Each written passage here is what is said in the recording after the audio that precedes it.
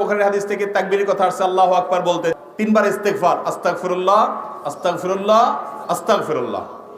এরপর আল্লাহুম্মা আনতাস সালাম ওয়া মিনকাস সালাম তাবারাকতা ইয়া যাল জালালি ওয়াল ইকরাম। এর পাশাপাশি আয়াতুল কুরসি, ৫ ওয়াক্ত নামাজের পরে কি পড়া? আয়াতুল কুরসি পড়া।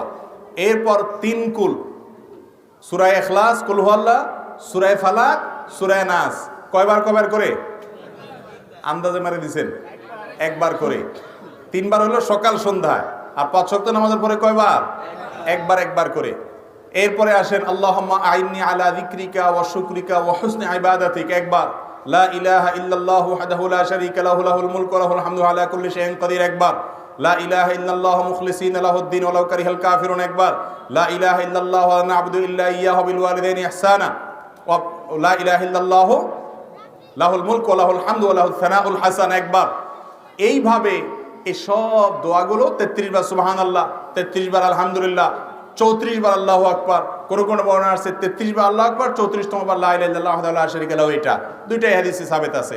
তো এই যে আমলগুলো, এগুলো ৫ ওয়াক্ত নামাজের পরে করা সুন্নাত।